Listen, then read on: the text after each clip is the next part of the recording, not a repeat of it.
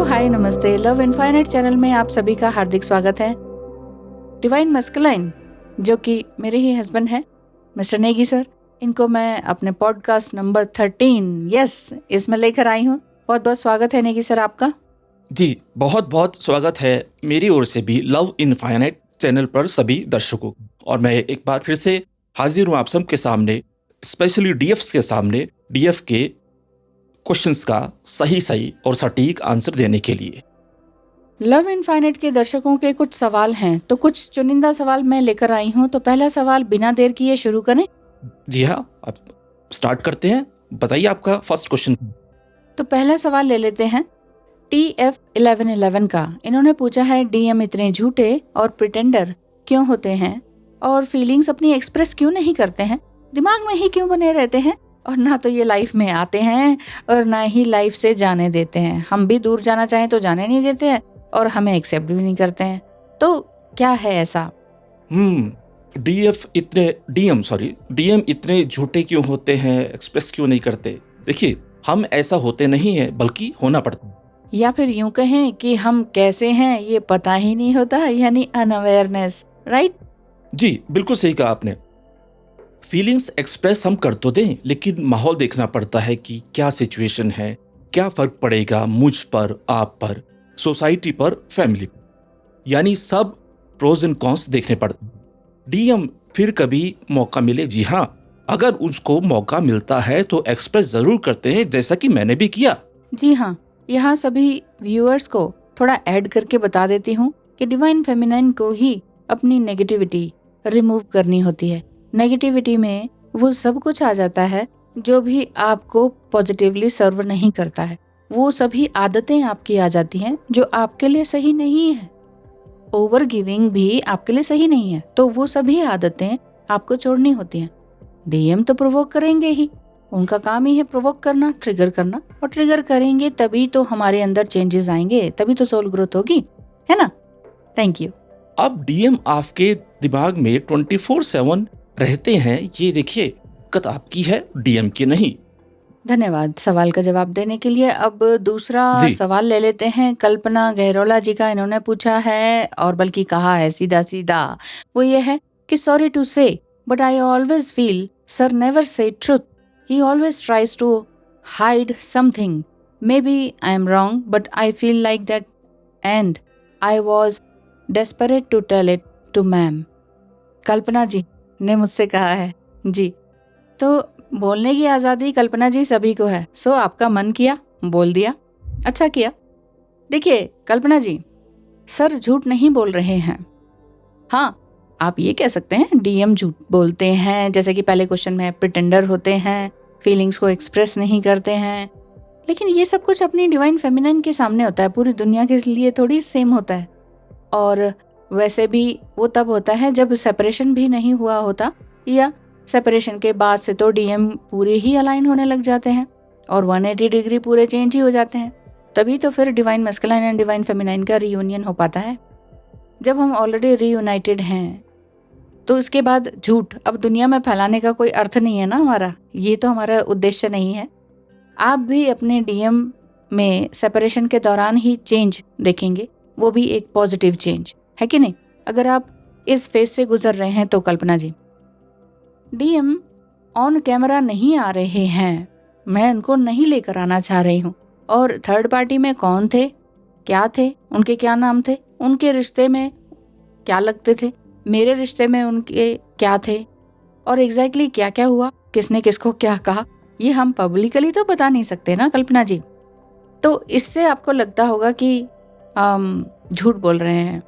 Publicly सब कुछ नहीं बताया जा सकता, मीनिंग आप इसका समझ लिया कीजिए कि ये क्या कहना चाह रहे हैं। क्योंकि देखिए सोसाइटी में तो हम भी रह रहे हैं ना, सोसाइटी में ही तो रह रहे हैं, कोई हम ट्विन फ्लेम की तख्ती लगा के तो नहीं घूम रहे कि देखो we are the twin flames, है ना, ये बात है। और ना ही इसका मतलब ये भी नहीं है कि डीएम कुछ छुपा रहे हैं। जो भी छुपाना था कल्पना जी, वो मेरे साथ था, आप चिंता मत कीजिए, आपके सामने सच ही आ रहा है। और जो भी छुपाना था वो भी मेरे साथ भी क्लियर हुआ, तभी तो आपके सामने पॉडकास्ट में बना पा रही हूँ, नहीं तो ये भी नहीं हो पाता, ये भी तो नहीं हो पाता। आप मेरे डिवाइन मस्कुलाइन पर डाउट मत करें, वो पब्लिकली अपने व्यूज एंड वॉइस दे रहे हैं, वो भी सच्चाई के साथ। आप एक्सेप्ट करें तो अच्छा रहेगा, otherwise it's your choice. Self doubt और डिवाइन मस्कुलाइन पर डाउट से आपको बाहर निकलना होगा, तभी रीयूनाइट हो पाएंगे, वरना ट्विन फ्लेम जर्नी पर ही डाउट हो जाएगा आपको। और हम सभी यूट्यूबर्स पर तो होता ही है कि ये सारे झूठ बोल रहे हैं, अपनी दुकान खोल रहे हैं, दिस एंड दैट।